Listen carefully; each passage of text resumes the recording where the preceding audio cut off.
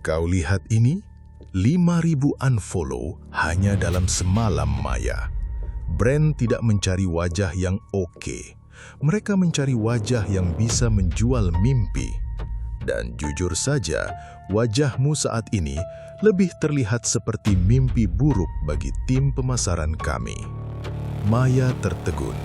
Ponselnya terasa panas di genggaman. Di seberang meja kafe yang remang itu, seorang manajer talenta muda dengan kuku manikur yang tajam menatapnya tanpa simpati. "Tapi aku sudah menggunakan teknik lighting terbaru," bisik Maya. Suaranya bergetar. "Aku sudah membeli palet high-end yang mereka minta. Aku bisa mengedit bagian daguku agar lebih..." "Masalahnya bukan di editannya, sayang, tapi di jiwanya," potong sang manajer sambil berdiri, mengenakan kacamata hitamnya bahkan di dalam ruangan. Penonton tahu mana yang cantik alami dan mana yang dipaksakan. "Kabari aku kalau kau sudah menemukan keajaiban. Jika tidak, kontrak ini hangus." Maya duduk sendirian di sudut kafe itu, menatap pantulan dirinya di layar ponsel yang gelap.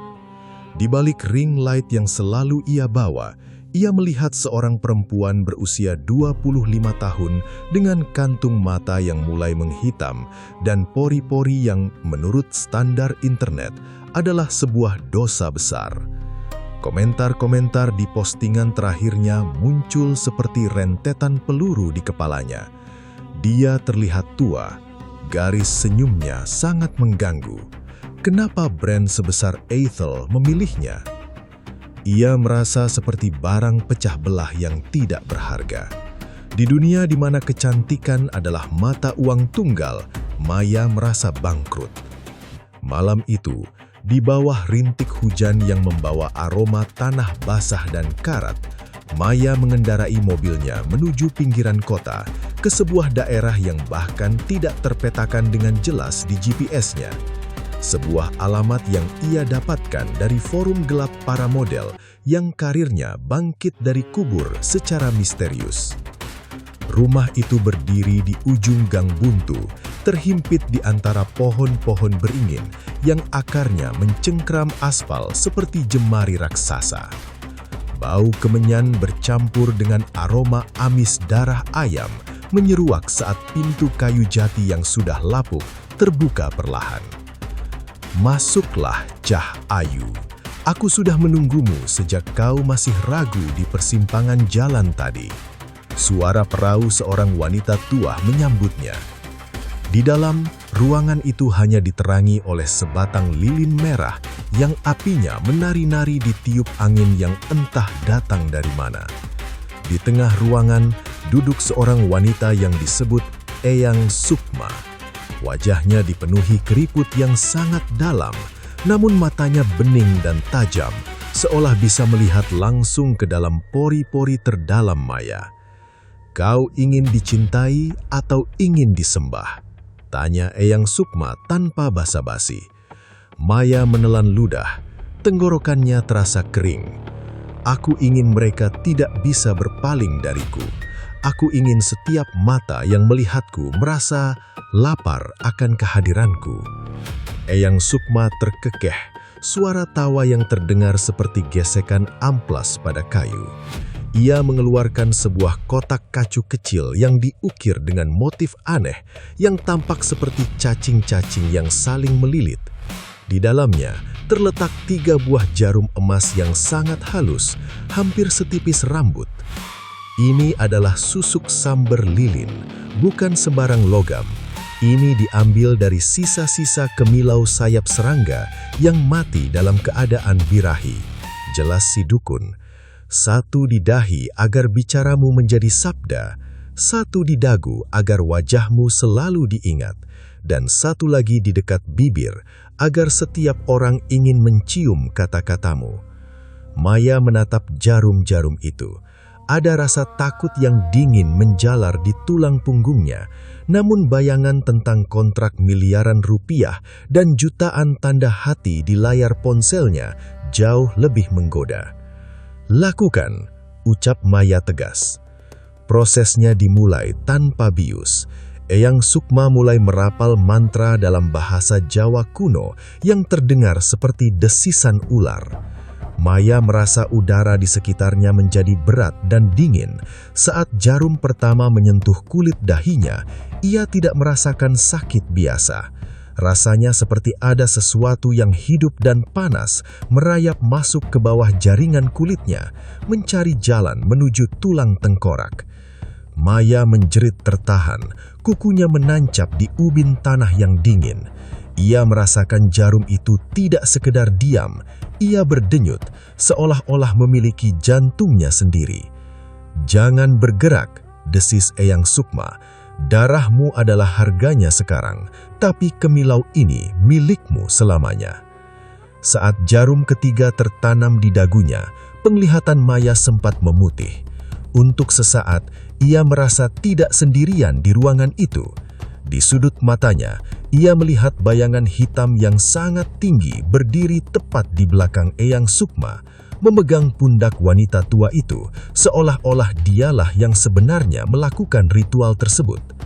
"Sudah selesai," kata Eyang Sukma sambil mengelap darah segar yang menetes dari dagu Maya dengan kain kafan lusuh.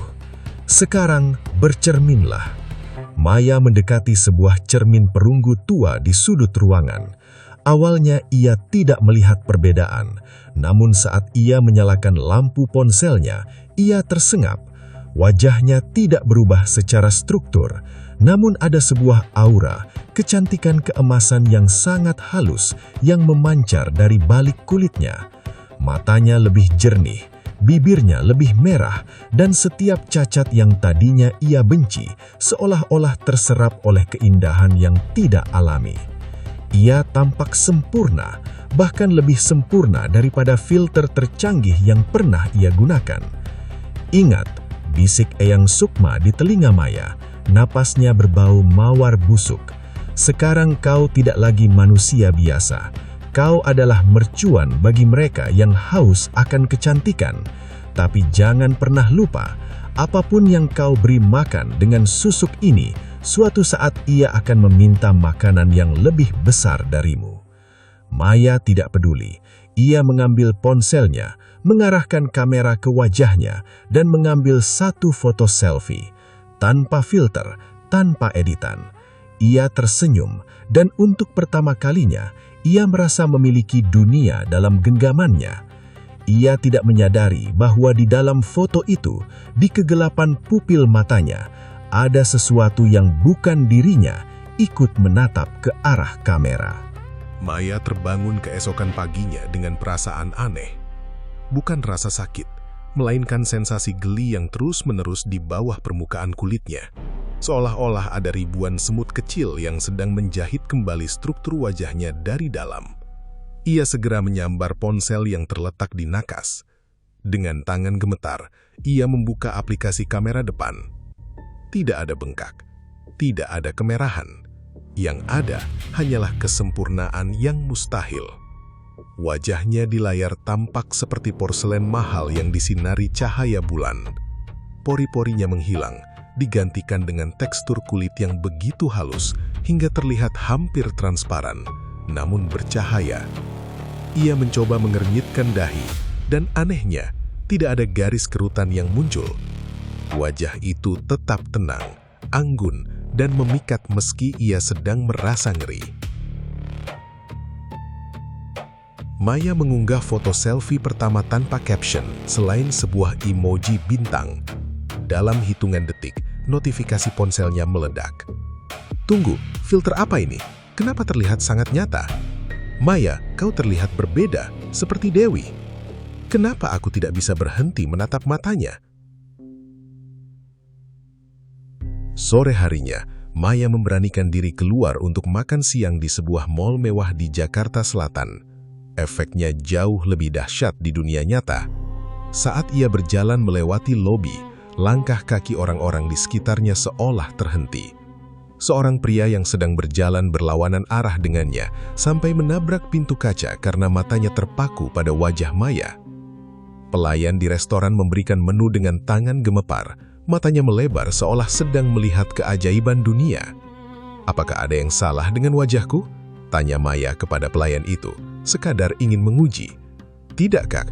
Maaf, gagap pelayan itu. Wajahnya memerah hebat. Hanya saja, Anda sangat cantik, benar-benar cantik. Boleh saya minta foto?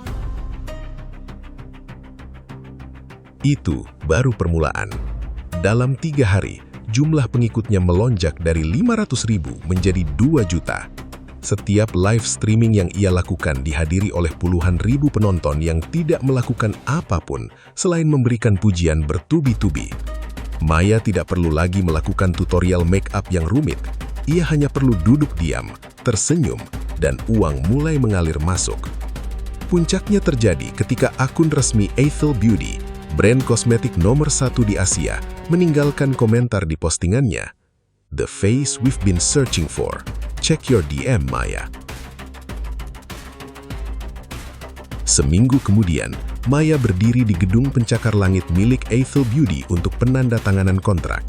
Sandra, manajer talenta yang sebelumnya menghinanya, kini duduk di hadapannya dengan wajah pucat dan sikap yang sangat merendah. "Maya, aku tidak tahu apa yang kau lakukan, tapi ini luar biasa," ujar Sandra. Matanya tidak bisa lepas dari dagu Maya, di mana salah satu jarum emas itu tertanam tersembunyi. "Kulitmu, kamera kami bahkan tidak perlu melakukan retouching sedikit pun pada hasil tes shoot kemarin. Kau seperti memiliki cahaya sendiri." "Aku hanya melakukan perawatan intensif, Sandra," jawab Maya dengan nada dingin yang elegan. Suaranya kini memiliki vibrasi rendah yang membuat siapapun yang mendengarnya merasa patuh. Sandra mengangguk cepat, hampir seperti terhipnotis. Tentu saja, ini kontraknya. Kau akan menjadi wajah utama untuk lini Eternal Radiance. Nilainya 3 kali lipat dari tawaran awal kita. Kami ingin kau memulai kampanye besok." Maya menandatangani dokumen itu dengan senyum kemenangan. Namun saat ujung pena menyentuh kertas, ia merasakan denyut tajam di belakang matanya. Untuk sekejap, pantulan dirinya di meja kaca hitam kantor itu berubah. Ia melihat wajahnya sendiri, namun dengan lubang-lubang kecil yang mengeluarkan uap hitam. Dan di sampingnya, berdiri sosok wanita tua bungkuk yang ia lihat di rumah Eyang Sukma. Sosok itu menyeringai, memamerkan gusi yang menghitam. Maya tersentak dan menjatuhkan penanya. "Ada apa, Maya?" tanya Sandra cemas. Maya mengerjapkan mata. Bayangan itu hilang. Meja kaca itu kembali menampilkan wajahnya yang sempurna. "Tidak apa-apa, hanya sedikit pusing, mungkin karena terlalu bersemangat." Malam itu, Maya merayakan keberhasilannya di sebuah apartemen penthouse baru yang disediakan oleh brand tersebut. Ia berdiri di balkon menatap lampu-lampu Jakarta yang gemerlap. Ia merasa seperti ratu. Tapi saat ia kembali ke dalam dan melewati cermin besar di ruang tengah, ia merasakan sensasi aneh lagi. Ia mendekat ke cermin, memperhatikan dahi dan dagunya. Di bawah cahaya lampu neon yang terang, ia bisa melihat sesuatu yang bergerak di balik kulitnya. Sesuatu yang panjang, tipis, dan berwarna emas. Jarum itu tampak seperti cacing yang menggeliat perlahan, seolah-olah sedang mencari posisi yang lebih nyaman di dalam dagingnya. Maya menyentuh dagunya, terasa keras dan dingin. Tiba-tiba, ia teringat wajah para model di forum gelap itu. Ia mereka yang karirnya melesat lalu hilang tanpa jejak. Ia teringat peringatan Eyang Sukma tentang memberi makan sesuatu di dalam dirinya. Ia mencoba mengabaikan rasa takut itu dengan membuka Instagram. Ia melihat fotonya yang baru saja diunggah 1 jam yang lalu, sudah mendapatkan 1 juta likes. Pujian-pujian itu adalah candu yang lebih kuat daripada rasa takutnya. Selama ia dicintai, selama ia dipuja, ia bersedia menanggung apapun yang merayap di bawah kulitnya. Ia tidak menyadari bahwa setiap kali seseorang menekan tombol like pada fotonya, jarum emas di dalam kulitnya akan masuk sedikit lebih dalam. Perlahan-lahan mulai melilit tulang rahangnya, mengikat jiwanya dengan kecantikan yang mematikan. "Baru permulaan," bisik Maya pada pantulan dirinya sendiri. Dan dari sudut ruangan yang gelap, sebuah suara parau yang bukan miliknya menjawab dengan desisan pelan. "Ya, baru permulaan, Cak Ayu." Ketenaran adalah api, dan Maya sedang menari di pusatnya. Sebulan sejak pemasangan susuk itu, hidupnya berubah menjadi pusaran kemewahan yang tak berujung. Setiap hari adalah tentang pemotretan, jet pribadi, dan tatapan penuh pemujaan. Namun di balik lampu kilat kamera, keajaiban itu mulai menuntut ruang yang lebih luas. Denyut di dagunya kini bukan lagi sekedar getaran halus, melainkan sebuah denyut jantung kedua yang sinkron dengan rasa haus akan perhatian. Malam itu, Itel Beauty menggelar gala dinner eksklusif di sebuah menor kolonial yang disulap menjadi ruang pesta ultra divine. Udara dipenuhi aroma parfum mahal dan melati. Maya hadir sebagai pusat tata surya. Mengenakan gaun sutra merah darah yang memeluk lekuk tubuhnya, kulitnya tampak mencarkan cahaya pualam yang nyaris tidak alami. Di sudut ruangan, Sandra menghampirinya dengan segelas sampanya. "Kau luar biasa, Maya. CEO dari Paris sampai tidak bisa berhenti membicarakan auramu. Mereka bilang kau punya daya tarik purba yang tidak bisa dijelaskan dengan logika kecantikan modern." Maya hanya tersenyum tipis. Ia merasa lapar. Bukan lapar akan makanan, melainkan rasa lapar yang aneh, seolah ada lubang hitam di dalam perutnya yang terus menyedot energinya. "Nikmati pestanya," ujar Sandra sambil menunjuk ke arah meja prasmanan mewah. "Chef kita menyiapkan menu khusus malam ini, Authentic Indonesian Fusion." Maya melangkah menuju meja panjang yang dihiasi lilin-lilin tinggi. Di sana berbagai hidangan tertata rapi. Matanya tertuju pada sebuah piring perak besar yang menyajikan sate lilit dan sate ayam bumbu kacang yang aromanya sangat menggoda. Pikirannya mendadak kosong. Kabut tipis seolah menutupi logikanya. Ia hanya ingat rasa lapar yang membakar. Jangan pernah memakan sate langsung dari tusuknya. Suara parau Eyang Sukma terngiang sesaat di sudut memorinya, namun segera tenggelam oleh suara tawa para sosialita dan denting gelas kristal. Maya merasa sangat percaya diri. Bukankah ia sekarang sudah menjadi dewi? Apa gunanya larangan kuno dari seorang dukun di pinggiran kota untuk wanita sehebat dirinya? Dengan gerakan anggun yang dibuat-buat, ia mengambil satu tusuk sate ayam. Tanpa menggunakan garpu, tanpa melepas dagingnya ke piring, ia menarik daging sate itu langsung dengan giginya. Krak! Bunyi itu bukan berasal dari tusuk bambu, melainkan sesuatu di dalam rahangnya. Detik itu juga, dunia seolah berhenti berputar. Maya merasakan sensasi panas yang luar biasa, seolah-olah seseorang baru saja menuangkan cairan timah mendidih ke dalam pembuluh darah wajahnya. Rasa sakit itu begitu menusuk, begitu liar, hingga ia hampir menjatuhkan gelas sampanyanya. Ia mencoba menelan, namun tenggorokannya terasa seperti dipenuhi duri halus. Di bawah kulit dahi dan dagunya, jarum-jarum emas itu mulai mengamuk. Mereka tidak lagi diam, mereka memanas hingga suhu yang membakar daging. "Maya, kau baik-baik saja?" tanya seorang kolega di sampingnya, menatapnya dengan raut wajah bingung. "Wajahmu kenapa mendadak berkeringat begitu banyak?" Maya tidak bisa menjawab. Ia bisa merasakan sesuatu yang tajam mulai menyodok dari dalam gusi bagian bawahnya. Ia segera menutup mulutnya dengan serbet kain putih, berpura-pura terbatuk. Saat ia menarik serbet itu, jantungnya hampir berhenti. Di atas kain putih yang bersih itu, terdapat noda darah hitam yang kental dan sebuah benda kecil mengkilap, sepotong kecil serpihan emas yang patah. Rasa ngeri mencekiknya. Ia harus pergi, sekarang. "Maaf, aku butuh udara segar," gumamnya tak jelas, suaranya terdengar pecah dan serak seperti suara orang tua. Ia setengah berlari menuju lorong belakang menor yang sepi, mencari kamar mandi. Namun ia justru tersesat di sebuah balkon terbuka yang menghadap ke taman belakang yang gelap. Di langit, bulan purnama bersinar dengan sangat angkuh, memancarkan cahaya perak yang dingin. Dilarang bercermin di bawah sinar rembulan. Maya terengah-engah, bersandar pada pilar marmer. Rasa panas di wajahnya semakin menjadi-jadi. Secara refleks, Ia mengeluarkan cermin bedak dari tas clutch-nya. Cahaya bulan purnama jatuh tepat di permukaan cermin itu, memantul langsung ke wajah Maya. Ia menjerit, namun suara yang keluar hanya desisan parau. Di bawah pantulan sinar rembulan, wajah cantiknya mulai bergeser. Ia melihat kulitnya sendiri, mengendur secara instan seperti lilin yang meleleh. Area di sekitar tempat susuk itu ditanam mulai membiru dan membusuk dengan kecepatan yang tak masuk akal. Yang paling mengerikan, ia melihat bayangan di dalam cermin itu bukan lagi bayangannya sendiri.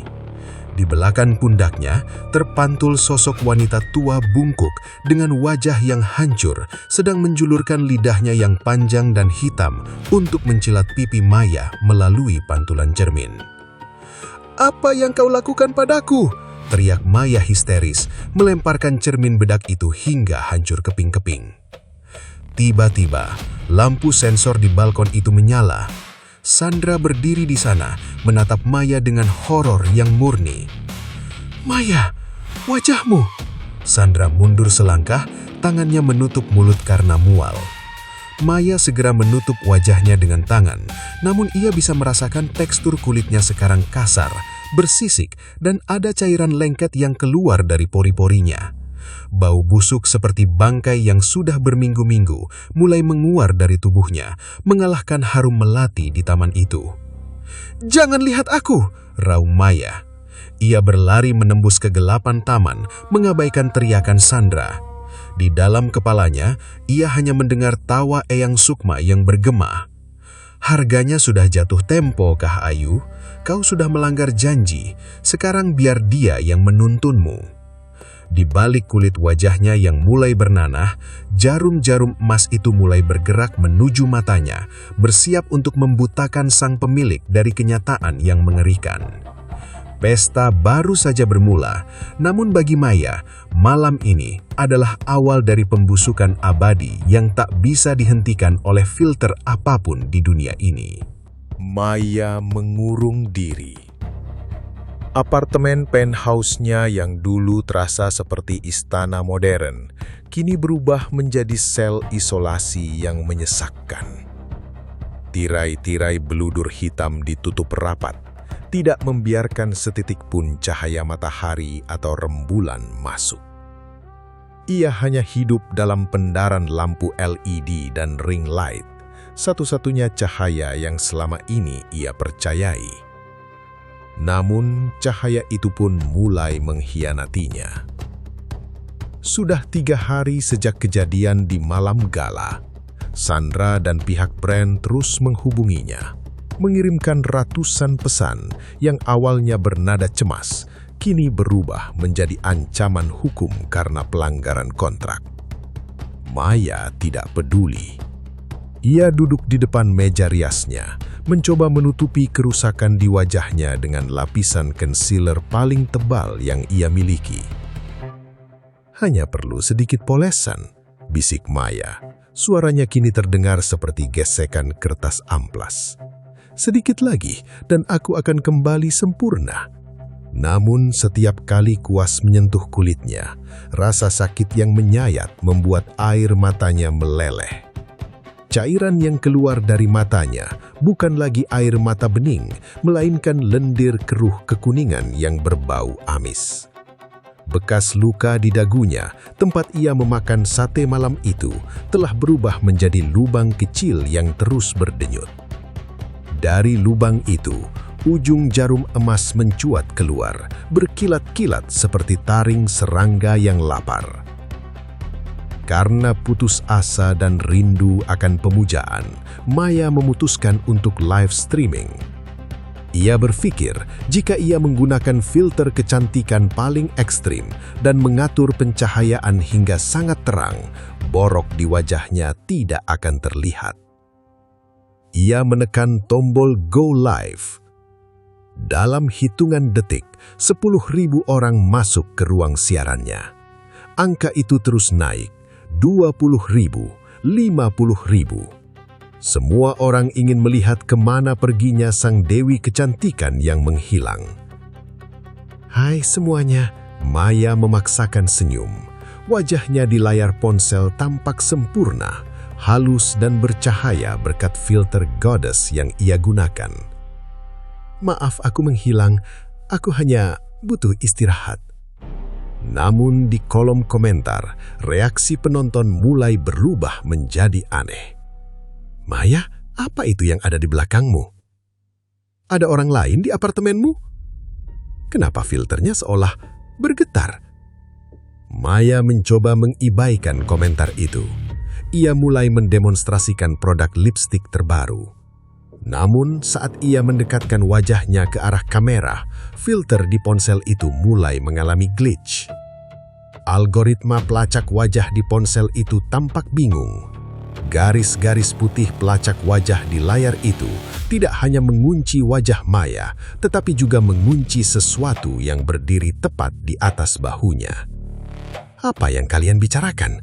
Tidak ada siapa-siapa di sini," kata Maya. Tawanya terdengar histeris. Tiba-tiba, sebuah komentar muncul dan dipin oleh sistem karena mendapatkan banyak balasan. "Lihat di cermin belakangmu, dia memegang rambutmu." Maya membeku. Di belakangnya terdapat sebuah cermin besar yang tertutup kain. Namun karena hembusan angin dari AC, kain itu sedikit tersingkap. Melalui layar ponselnya, Maya melihat pantulan dirinya. Di sana, di balik ring light yang melingkar seperti halo suci, berdiri sosok wanita tua bungkuk dengan punggung yang dipenuhi lubang-lubang kecil. Tangan sosok itu yang hanya terdiri dari tulang dan kulit yang menghitam sedang mengelus rambut Maya dengan kasih sayang yang menjijikkan. Setiap kali tangan itu menyentuh kepala Maya, segumpal rambut asli Maya rontok ke lantai. "Tidak!" teriak Maya. Ia memukul ponselnya hingga jatuh. Namun kamera ponsel itu tetap menyala, tergeletak di lantai dengan posisi menghadap ke atas. Para penonton di seluruh dunia kini menyaksikan sesuatu yang akan menghantui mimpi mereka selama-lamanya. Filter Goddess di ponsel itu tiba-tiba mati karena gangguan sinyal. Di layar, wajah Maya yang asli terlihat jelas dalam resolusi tinggi. Kulitnya tidak lagi kencang. Ia tampak seperti daging busuk yang dipaksakan menempel pada tulang. Jarum-jarum emas itu kini mulai bergerak aktif di bawah kulit pipinya, menciptakan tonjolan-tonjolan yang menggeliat seperti ulat di dalam karung. Salah satu jarum emas menusuk keluar dari kelopak matanya, membuat darah hitam menyembur tepat ke arah lensa kamera. "Tolong aku!" desis Maya ke arah kamera. Namun di layar ponsel, para penonton bukannya merasa kasihan. Di tengah horor itu, jumlah likes justru melesat lebih kencang dari sebelumnya. Orang-orang mulai mengirimkan emoji tertawa, emoji api, dan komentar-komentar kejam. "Ini strategi marketing paling keren. Makeup SFX-nya gila, sangat nyata. Dia terlihat sangat hancur, aku suka." Maya merangkak menuju ponselnya, ingin mematikan siaran itu. Namun tangan hitam dari kegelapan lebih dulu menyambar pergelangan kakinya. Ia ditarik masuk ke dalam bayangan di bawah meja riasnya. Di layar ponsel yang masih menyala, para penonton hanya bisa melihat sepasang tangan Maya yang mencakar-cakar lantai marmer putih, meninggalkan bekas seretan darah hitam dan potongan-potongan kecil emas yang patah. Suara kunyahan yang basah dan derak tulang patah terdengar jelas melalui mikrofon ponsel, memenuhi ruang digital jutaan orang yang masih terus menonton, terhipnotis oleh penderitaan yang dianggap sebagai hiburan. Di sudut layar, jumlah penonton mencapai 1 juta orang. Maya mendapatkan popularitas yang ia inginkan, menjadi yang paling viral di seluruh dunia, tepat di saat ia berhenti menjadi manusia. Dari kegelapan di bawah meja riasnya, terdengar suara parau Eyang Sukma yang berbisik di antara bunyi kunyahan. Makanlah Cah Ayu, makanlah pujian mereka, hingga kau kenyang di neraka. Maya terbangun di lantai kamar mandinya yang dingin, dikelilingi oleh sisa-sisa kemewahan yang kini terasa seperti sampah. Siaran langsung semalam telah berakhir, entah karena baterai ponselnya habis atau karena sistem memutus paksa konten yang terlalu traumatis. Namun, kerusakan pada dirinya baru saja memasuki fase baru yang jauh lebih mengerikan. Ia mencoba bangkit, namun merasakan tarikan hebat di wajahnya. Saat ia bercermin, ia menjerit histeris. Jarum-jarum emas itu tidak lagi hanya berdenyut. Mereka mulai melakukan migrasi massal. Susuk-susuk itu telah berubah menjadi parasit logam yang haus akan ruang. Di bawah kulit pipinya, jarum emas sepanjang 10 cm mencuat keluar merobek jaringan epidermis seolah-olah kulitnya hanyalah kertas basah. Cairan kental berwarna coklat kehitaman yang berbau belerang dan nanah terus merembes keluar dari lubang-lubang robekan itu. Harus ditutupi, harus tetap cantik, igau Maya. Otaknya sudah kehilangan kemampuan untuk memproses kenyataan. Ia hanya tahu satu hal, ia adalah wajah dari Ethel Beauty. Ia tidak boleh terlihat hancur. Dengan tangan gemetar, ia mengambil lem bulu mata yang sangat kuat dan foundation bercover tinggi. Ia mencoba mengelem kembali kulit pipinya yang menjuntai. Ia menekan-nekan dagingnya yang terbuka, mengabaikan rasa sakit yang luar biasa, seolah-olah sedang memperbaiki kerajinan tangan yang rusak. Namun setiap kali ia mengoleskan kosmetik, kulitnya justru memberikan reaksi penolakan yang brutal. Slurp. Terdengar suara hisapan basah dari dalam pori-porinya. Foundation yang ia poleskan tidak menempel di permukaan, melainkan tersedot masuk ke dalam luka-lukanya.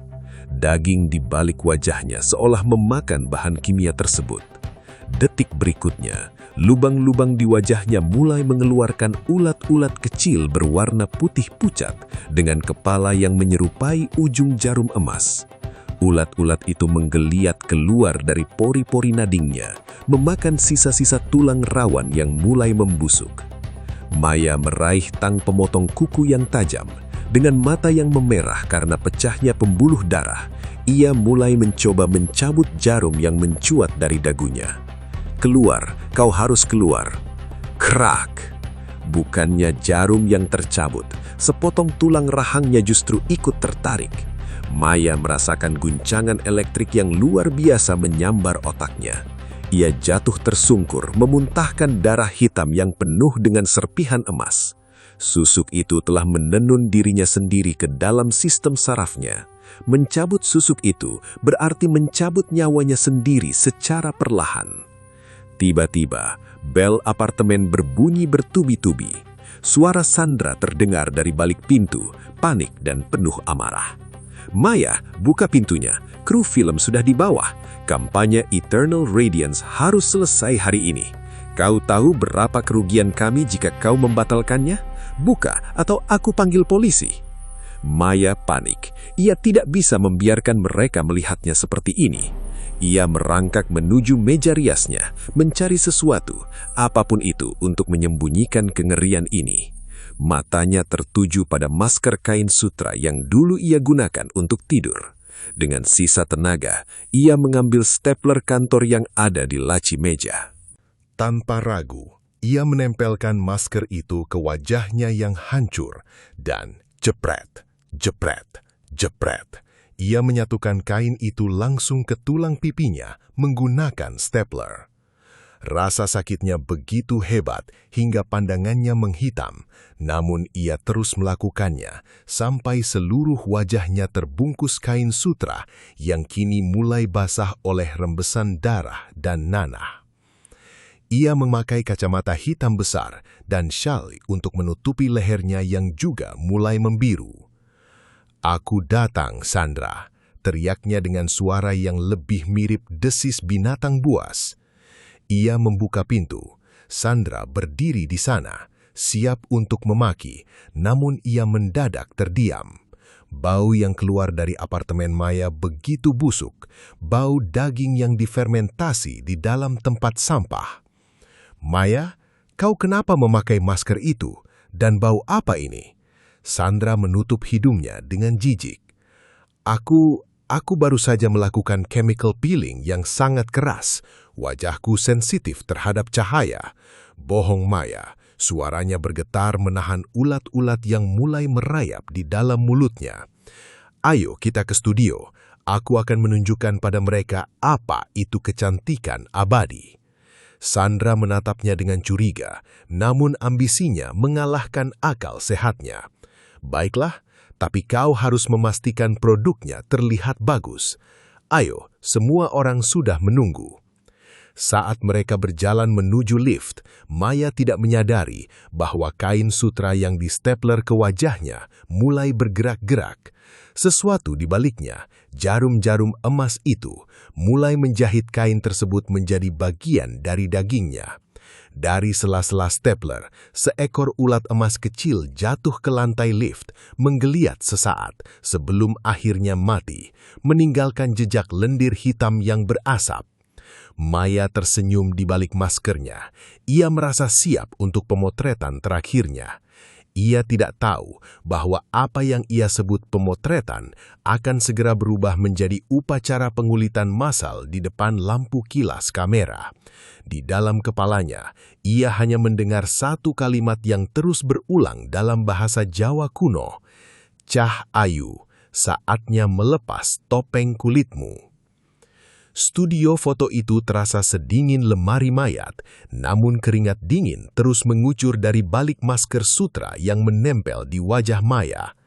Lampu-lampu strobe raksasa sudah berdiri tegak, siap memuntahkan cahaya putih yang menyilaukan. Para kru film dan fotografer papan atas berbisik-bisik saat melihat Maya masuk. Mereka melihat seorang bintang yang berjalan kaku, seperti boneka kayu yang digerakkan oleh benang-benang yang tidak terlihat.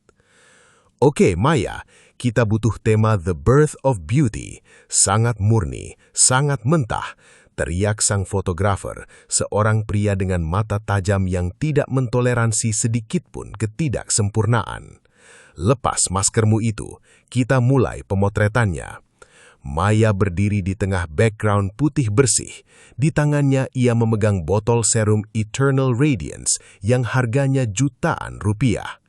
Ia merasakan jarum-jarum di dalam wajahnya menggeliat hebat, seolah-olah mereka bereaksi terhadap frekuensi tinggi dari lampu-lampu studio. "Maya, lepas maskernya sekarang. Kita tidak punya banyak waktu," tegur Sandra dari pinggir set. Dengan tangan yang gemetar hebat, Maya meraih ujung kain sutra itu. Ia bisa merasakan stapler yang ia tanamkan tadi pagi sudah menyatu dengan tulang pipinya. Ia menarik nafas pendek, lalu dengan satu sentakan brutal, ia merobek masker itu. Srit! Bunyi itu bukan seperti suara kain yang robek, melainkan suara kulit yang terkelupas dari daging yang masih segar. Maya tidak menjerit, pita suaranya sudah lama hancur dimakan oleh ulat-ulat emas. Namun, seluruh orang di ruangan itu membeku dalam horor yang tak terlukiskan. Wajah Maya bukan lagi wajah manusia. Di tempat di mana seharusnya ada kulit halus, kini hanya ada gumpalan daging merah yang berdenyut, terjalin dengan ratusan jarum emas yang bergerak-gerak seperti kaki lipan. Stapler yang ia gunakan tadi pagi kini menggantung di antara urat-urat syaraf yang terekspos. Dan yang paling mengerikan, ulat-ulat putih berkepala emas mulai tumpah keluar dari lubang hidungnya, jatuh menetes ke atas botol serum mahal yang ia pegang. "Tuhan Yesus!" bisik sang fotografer. Kamera di tangannya jatuh berdentum ke lantai. Ini kecantikannya," desis Maya. Suaranya keluar dari tenggorokan yang dipenuhi cairan hitam. "Lihat aku abadi, aku bersinar." Namun susuk itu belum selesai menagih janji. Jarum-jarum emas itu tiba-tiba memanas hingga berwarna merah membara. Maya mulai merasakan tubuhnya menciut, tulang-tulangnya mulai berderak, patah satu demi satu di bawah tekanan kekuatan supranatural yang tidak terlihat.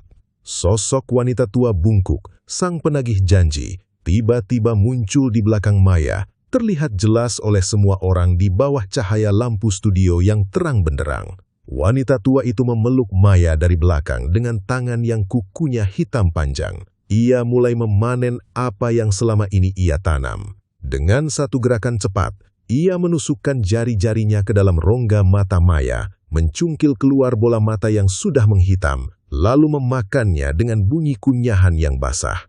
"Tidak, tolong dia!" teriak Sandra histeris. Namun tidak ada satupun kru yang berani mendekat. Ruangan itu kini dipenuhi aroma kematian yang sangat pekat. Tubuh Maya mulai meluruh. Kulit tubuhnya perlahan-lahan terlepas seperti pakaian yang terlalu besar, jatuh ke lantai dalam tumpukan daging yang berbau busuk. Yang tersisa hanyalah kerangka yang masih terbungkus serat-serat otot merah, dengan ratusan jarum emas yang sekarang menjahit kerangka itu menjadi bentuk yang aneh dan mengerikan. Tiba-tiba, ponsel milik semua orang di ruangan itu menyala secara bersamaan. Sebuah notifikasi siaran langsung otomatis muncul di layar mereka, padahal tidak ada yang sedang memegang ponsel. Kamera studio yang masih aktif mulai menyiarkan kejadian itu ke seluruh dunia. Miliaran orang menonton saat Maya berubah menjadi onggokan daging yang membusuk di atas altar kecantikan modern. Di layar ponsel para pengikutnya, wajah Maya masih terlihat cantik berkat filter kecantikan yang bekerja secara otomatis. Namun di dunia nyata, yang tersisa hanyalah kengerian murni. Di akhir penderitaannya, Maya terjatuh dalam posisi bersujud. Jarum emas terakhir menusuk tepat ke jantungnya, mengubah seluruh sisa hidupnya menjadi logam dingin. Ia telah mendapatkan apa yang ia inginkan. Semua orang menatapnya, semua orang membicarakannya, dan fotonya akan tersimpan selamanya di jagat maya. Asap hitam mengepul dari tumpukan daging yang dulu bernama Maya. Wanita tua itu menghilang dalam sekejap, meninggalkan keheningan yang mencekam di studio. Sandra mendekat dengan kaki gemetar, menatap onggokan itu. Di tengah tumpukan daging dan darah hitam, ia melihat sebuah jarum emas kecil yang berkilau indah, seolah-olah memanggilnya. Sandra yang selama ini terobsesi dengan kesuksesan, tanpa sadar mengulurkan tangannya. Ia mengambil jarum itu. Sebuah bisikan parau terdengar di telinganya. "Kau ingin menjadi bintang berikutnya, Cah Ayu?" Dan di layar ponsel yang masih menyiarkan secara langsung, angka penonton terus meningkat. Haus akan konten horor nyata yang baru saja mereka saksikan. Menunggu mangsa berikutnya yang bersedia menukar jiwanya demi 1 juta tanda hati.